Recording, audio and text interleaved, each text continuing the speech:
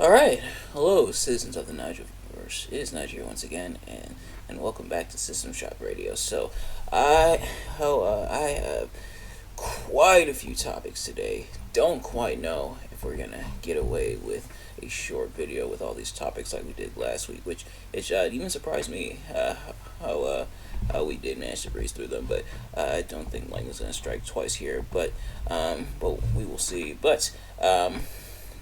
Yeah, so strap in because it's gonna be a fun ride, even if it may or may not be a long ride. But nevertheless, if this is your first episode of System Shock Radio, welcome, and if not, welcome back. Without further ado, let's get right into it. So the first thing that we're gonna talk about is that the Completionist has finally responded to the allegations made against him. And so, if you remember a couple episodes ago, I talked about the Completionist, if not briefly. He that at the charity he was running, the Open Hand Foundation, and seemingly hadn't donated the money that they were supposed to donate, and the funds had not yet had been donated, had been just being collected, but not going to where it was supposed to go to. In preparation for this, I watched the Completionist response because he finally did a response video after almost a month of not responding to the allegations, and then I watched Karl Jobst and Mutahar's response to that, and oh boy, things have gone from bad to worst for the Completionist. So, watching the video, watching the Completionist response video to it, like I said, it went from bad to worse.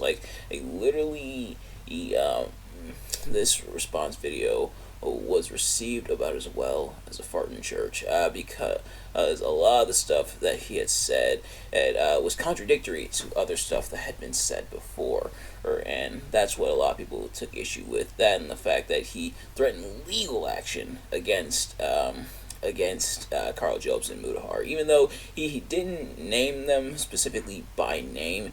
He named the people who made videos about him and his charity, and threatened legal action, which very very bold strategy. But then and also admitted it somewhat what the charity money was for. He kind of tried to, and how a lot of people are interpreting it, almost tried to feign ignorance, perhaps.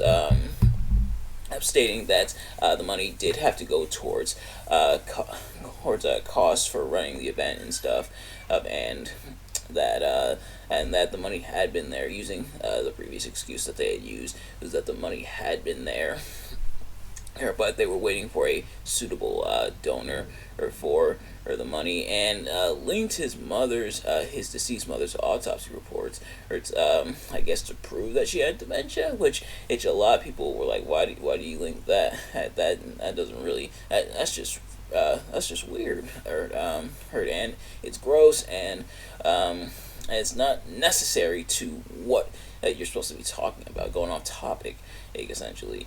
But yeah, so the response from the Completionist was it wasn't great at all, and Karl Jobst and Mutahar then made their own follow-up responses, pretty much debunking even the bare bones claims from the Completionist is in his response video.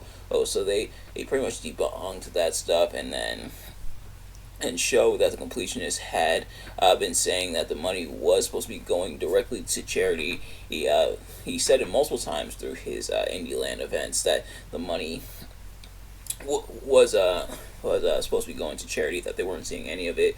But now the money apparently had been used for production costs, to help cover production costs. So that's a very clear contradiction. So pretty much pointing out all the contradictions, and I will link I'll link their videos and the Completionist response video if you are interested or curious. I will link those in the description. But yeah, so this response essentially picked apart and further showed that the completionist definitely did commit charity fraud. Now, there was one point that the completionist made that Karl Jobst admitted that he got wrong, and that was that the documents were not signed, and when in fact they were. Or so that's the one point that the completionist was able to call them on. But otherwise, yeah, not a good look for the completionist at all. And pretty much after that response, and after threat of legal action, and after Mutahar's and Karl Jobst's responses as well, it pretty much went, and for essentially the last remaining benefit of the doubt that people were giving him, that maybe the completionist did this by accident, yeah, essentially flew out the window. Oh yeah, there's no way he was that irresponsible, and it showed that he was definitely he maybe not fully trying to steal the charity money fully for his own personal gain, but at the very least he's pretty much trying to cover it up and trying to get eyes off of him in terms of that. So yeah, the situation essentially went from bad to worse when it came to the completionist there, and it was a interesting apology. I think I called it. I called that it'd be your standard YouTuber apology, where it's kind of a non-apology, and he didn't even directly apologize. He said sorry if you felt misled. Not sorry for misleading the people, but nevertheless, so that was picked apart, and yeah, so I'll link those in the description. Go check those videos out for more information. And it's upsetting, not just because of the charity fraud committed, not just because the completionist is disrespecting his own mother who passed away from dementia, but because I personally know family, friends, and loved ones who had suffered and even passed away from dementia. But even if I didn't, and I didn't bring that up in my original kind of mini coverage of it, only because with that ambiguity, I felt it wouldn't be appropriate. But I am bringing it up now. But even without even not having people who have suffered from that, just as the idea of charity fraud, taking money that people are supposed to be donating. They think they're donating it for a good cause, but it turns out it's going really towards something else and not towards a charity. That's pretty scummy. That is pretty scummy. Now, granted, it be having to cover the costs of other things, the event itself, because there's a lot that goes into an event, and obviously, you have to book the venue, you have to, sometimes you have to pay for catering, things like that. It's not uncommon, but that should have been stated up front from the get-go. The fact that it wasn't stated up front from the get-go, and that it was almost trying to be hidden until now, and that contradicts the previous point, is a really bad look for the completionist. For example, I went to a charity ball last month on that, and I'm sure some of the funds did go towards paying for expenses and everything, because that's usually how running an event works. But other than that, they'll say a percentage of those proceeds will go towards charity. Go towards the charity. So that should have been stated from the get-go. That those proceeds go towards charity. Or a certain percentage of proceeds go to charity, or something like that. But to say it's all going to charity when it's not, that's a really bad look on the completionist part. And so that's why definitely that ambiguity that that benefit of the doubt is essentially gone for the Completionist. But nevertheless, moving on to the next topic is Suicide Squad: Kill the Justice League is officially coming out on I believe January 1st of 2024. So this game is a game that had been in development for a bit.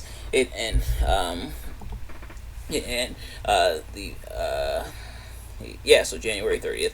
This game had been in development for quite a bit, had been delayed quite a bit as well, but now is finally coming out on January 30th. It's supposed to be set in the same universe as the Batman Arkham games, so in that greater Arkham universe, and essentially the plot is that Brainiac has brainwashed the Justice League. So the Suicide Squad is setting them free essentially, and having to stop Brainiac. Interesting premise. It's not even the first time a premise like that has been done. Another game I can think of, which is kind of interesting, when I tell you the game, is that had Lego DC supervillains that kind of has similar premise. The only thing is it was Darkseid who was the main antagonist, and the Justice League were swapped out with the Justice Guild. But essentially having the villains, the bad guys, fighting the good guys fighting to free the good guys, and helping out the good guys there. And yes, the Suicide Squad is supposed to be like essentially bad guys turned good guys. He's Amanda Waller's group, who essentially is supposed to be, bad guys, villains, and becoming heroes-ish to an extent. And not something that's uncommon. The Suicide Squad has been around for a while, for quite a while. But to see it come back here, and it looks like we got a number of characters. I'm not seeing, and this is in the wiki, I'm not seeing a full playlist of characters. Here we go. So 4 villains, and it looks like you're going to be able to play as, that being Captain Boomerang, Deadshot, Harley Quinn, and King Shark. Which is weird because in Arkham Origins, which is supposed to be in the same universe, it looks like Deathstroke was supposed to be recruited, but I guess he's probably not going to be in the game, or at least not as a playable character. Although I imagine this also was supposed to tie into the Suicide Squad movie that came out in 2021, if I'm not mistaken, but it's gonna be for PlayStation 5, for PC, and for Xbox Series S and X. So, and it will have Kevin Conroy's final voiceover as Batman, so Kevin Conroy passed away in 2022, if I'm not mistaken, and of course RIP to him, the GOAT of Batman voice actors. November 10th, 2022, definitely the GOAT of Batman voice actors, and having that final role of his be this game. So hopefully it turns out to be good. But the next thing that we're going to talk about is some stuff going down with Twitch. Now, granted, I haven't been on Twitch in a while. I definitely do want to come back at some point. I definitely should come back at some point. And you know what? I definitely will come back to Twitch at some point. But so Twitch, it showed a new policy update and then took it right back down. So Twitch at first introduced a new policy when it came to artistic nudity. Previously, the nudity had been a very much a no-no on Twitch, and understandably so. But Twitch allowed it for some time.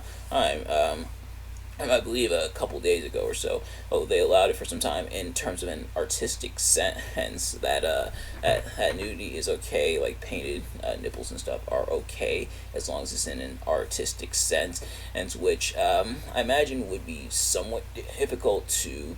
Well, not necessarily. That being if it's manually reviewing it, making sure it is artistic in nature, but that got repealed due to the internet's more Rule 34-ish habits, and I think that's where I'll leave that. And so that guy had repealed, well, and really, he really, a lot of people saw it coming. And paying. Moist Critical made a video about it, saying that would probably happen, and sure enough, it did. And so, it was there, and they got taken down. Nudity's no longer okay again, and I guess it blew up in their face. It didn't turn out the way they thought it would turn out. So yay, Twitch! I think it just goes to show Twitch probably doesn't know the internet quite as well as they should. But the next thing we're going to talk about is that E3 has been permanently canceled, and we do have the official statement. And this is an article from GameSpot, but it does have the official statement here. And it reads, after more than 2 decades of hosting an event that has served as a central showcase for the U.S. and global video game industry, the Entertainment Software Association has decided to bring E3 to a close. ESA President and CEO Stanley Pierre-Louis said to the Washington Post, "We know the entire industry, players and creators alike, have a lot of passion for E3. We share that passion. We know it's difficult to say goodbye to such a beloved event, but it's the right thing to do given the new opportunities our industry has to reach fans and partners." I'm trying to see if I can find the official Twitter post. I did see the post on Twitter. Or I don't know if that is the same statement, so I'm gonna look at that. But the thing is as well, E3 has kind of been on the decline for a bit. So we do have the official statement, and this is from this is from E3 and from on their Twitter. It says, after more than 2 decades of E3, each one bigger than the last, the time has come to say goodbye. Thanks for the memories. But as I was saying, E3 has kind of been on the decline for a few years now, especially with company. So, for those of you who may be wondering, like, Nigel, what's E3? What's that? Pretty much, essentially, an expo. To show new and upcoming games and stuff like that. But with stuff like the Game Awards and already being able to do that, and as well as things like Nintendo Direct or PlayStation State of Play, stuff like that. At E3's kind of been on the decline in that regard, and then with PlayStation and Nintendo, and then Microsoft, I believe as well, all no-showing, and was supposed to be the previous E3 with that, which resulted in that one being canceled. Well, this probably wasn't a surprise to a lot of people. E3 had been on the decline for a while now. It's been facing some scrutiny. I forget exactly what for, but but that mixed with a lot of the other stuff going on, and not really having a whole lot of need for it anymore. Essentially, he led to the decline of it, and now is no more, unfortunately. So, rest in peace, E3. Sadly, never saw an E3 event, and now I guess I never will. Will it come back in the future? Probably not. Like I said, with stuff like Nintendo Direct and Sony State of Play, it's kind of unnecessary at this point, but we'll see. But for now, E3 is no more. The next thing that we're going to talk about is Kung Fu Panda 4. Ooh, baby. I love the Kung Fu Panda movies. It's a really solid trilogy. Like, the first one, and fun fact, the first Kung Fu Panda movie is actually the only movie I saw opening night in theaters. It was a lot of fun growing up. Then I saw the second one and the third one. Those were really fun as well. Just like a solid DreamWorks trilogy. And with DreamWorks having hits and misses, Kung Fu Panda definitely was a hit for sure. And now they're going to be coming out with a fourth one. I am super duper excited. They have the trailer for it. Tai Lung's going to be returning, in which Tai Lung has been in the spirit realm. So we'll see how he returns. I haven't seen the trailer yet. I think I might avoid the trailer, or as you know, I do kind of avoid the trailers, mostly to go into it as blind as possible. But man, I'm excited. I am definitely excited. It's supposed to be coming out, I believe, next year, or 2024, or March 8th. So, I am excited and. Ooh, yes. Hopefully it's as good as the other ones. In terms of like mainline entries, he's not counting like different holiday specials or like TV shows and everything. In terms of movie entries, kind of been dormant for a little while, but can't wait to see what they do when it returns to the forefront. But the next thing is that something else that's returning is yeet. Jey Uso is able to use yeet again, and Jimmy is still not allowed to use yeet because the tribal chief will not allow it. But Jey able to use yeet. Once again, and at first it was teased on Jay's, I believe, Instagram story with the yeet saying it's back, and he's able to use the T-shirt and everything again, and so I'm guessing AEW probably were in contact with the indie wrestler to get the copyright back. I'm sure they paid him handsomely, but yeah, Jey Uso able to use it again, so yay, his catchphrase is back. The next thing we're going to talk about is we have a couple of injuries, unfortunately. We do have a return as well. This isn't really in the topics, but AJ Styles is back, and AJ Styles is heel again. And ooh, baby, he returned last night on SmackDown. But we have two injuries, two people that are out. The first is Charlotte Flair. Unfortunately, I believe she tore her knee. She had some kind of knee injury, and this stemmed from last week's SmackDown. And sadly, looking at the injury, she landed awkwardly. He in the mid-hill for match with Asuka, and yes, so she suffered a knee injury, so she will be out for 9 months, meaning she will unfortunately miss WrestleMania 40, which does really suck. But wishing her a speedy recovery. But the other one who's out is Kenny Omega. So Kenny Omega was pulled from action. He's going to be out for the foreseeable future. He contracted diverticulitis, I believe that's how it's pronounced, which is the same thing that Brock Lesnar dealt with so definitely hoping for a speedy recovery when it comes to Kenny Omega.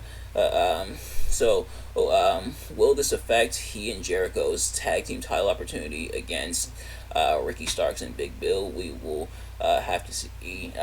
He's looking into diverticulitis. It usually resolves in days or even weeks, but we'll have to wait and see for now if Omega will be on the shelf for a short amount of time or for a longer amount of time, and what they'll do with the tag team title opportunity. Which speaking of which, AEW, please be more specific when it comes to your opportunities. Like, the Young Bucks had the tag title opportunity for a while now, and didn't challenge for the titles, but instead lost their opportunity at Omega and Jericho. Not the first time that's happened, because FTR also had a shot at the titles for a while before, or actually getting to fight for them. So I actually have like a date instead of like forgetting that they have shots at the titles. Like, if someone has a shot at the title, give them like a date to have the shot at the title.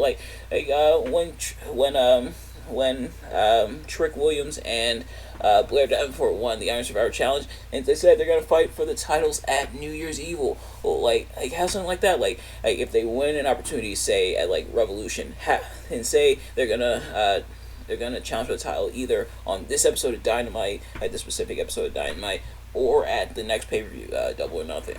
Like just have that hat. But we'll see. I imagine they're probably not going to give the opportunity back to the Young Bucks, because what would be the point? But yeah, so wishing a speedy recovery for Kenny Omega. the next thing that we're going to talk about is that TNA and Endeavor apparently have a streaming deal now. We do have an article here, from sportsvideo.org. And it says TNA Wrestling launched TNA Plus on demand subscription service on January 5th. We have this excerpt here where it says TNA Plus will be available at TNAWrestling.com via iOS, tvOS, and Android mobile apps, as well as big screen devices such as Android TV, Fire TV, and Roku. With more platforms to follow, subscribers will have the choice of a special attraction membership tier that features access to the full TNA Impact Wrestling library and all TNA Plus special pay-per-view programming other than the 410 pole annual events offered at a price of $9.99 monthly or $95.99 per year, and a World Championship membership tier that includes all the perks of the special attractions tier, plus the 410 pole pay-per-view events offered at a price of $219.99 per year. Further details and subscription information for the new service can be found at TNAWrestling.com. And a quote from President Scott D'Amore saying, "This is truly an incredible opportunity for us as we forge to an exciting new chapter of the TNA legacy. We are proud to partner with Endeavor Streaming on this initiative, and we look forward to continuing to provide our fans with the absolute best in new, classic, and exclusive professional wrestling content available to them anywhere, anytime on their favorite devices when TNA Plus launches on January 5th. Pretty exciting. Pretty exciting, not just as having this new streaming service, so I guess that will be my way of catching up on previous TNA events to do more TNA match reviews and stuff, which if you haven't already, definitely give me some match recommendations and some TNA match recommendations as well. I have a couple already in the pot that I do want to look at some point, but give me some more. Recommend me some TNA matches for me to check out on the channel. But then partnering with Endeavor, that being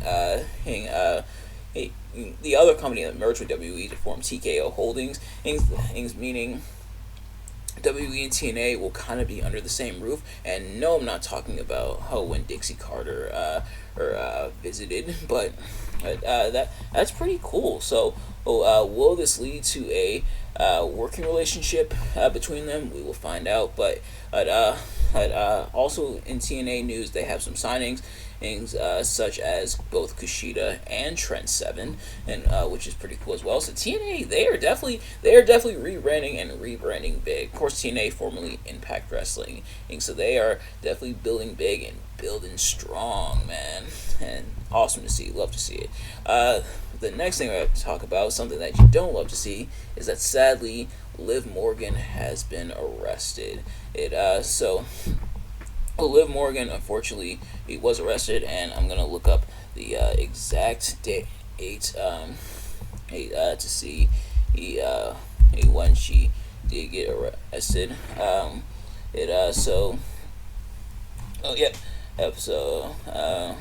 This is courtesy of the New York Post. It says, if the thing will come down. There we go. Alright, it says, Gianna Daddio, who performs in the WWE under the name Liv Morgan, was arrested for possession of marijuana following a traffic stop in Florida Thursday night. Sumter County Police stopped Daddio when she drove erratically over the road near the Villages, northwest of Orlando, the Villages News reported, citing an arrest report. The outlet added that an odor of marijuana was detected when the officer approached Daddio's Jeep. The officer then reportedly found a small plastic bag containing marijuana and a vape pen containing an oil-like substance, which was tested and also found to be marijuana. And Daddio was booked into Sumter County Jail and released in under 3 hours after posting a $3,000 bond. She was charged with marijuana possession, not more than 20 grams, a first-degree misdemeanor, and possession of a synthetic cannabinoid, a third-degree felony, jail record showed. And the charges carry a punishment of up to 1 year in jail and a maximum fine of $1,000, according to the National Organization for the Reform of Marijuana Laws, which is a very, very big no-no. People have been wondering what's WWE gonna do about it. Liv Morgan was on the shelf and I think was supposed to be coming back soon, but I think this might derail those plans. and so I imagine she'll probably be suspended for the wellness policy. In fact, I think I saw something where she was suspended for the 30 days for infraction on the wellness policy. Apparently there's no heat on her backstage, so I don't think she'll quite be getting fired for this. It's like if she was fired, it'd be very hypocritical because Rob Van Dam got pulled over for it in 2006, and he didn't get fired, but he did lose his championships.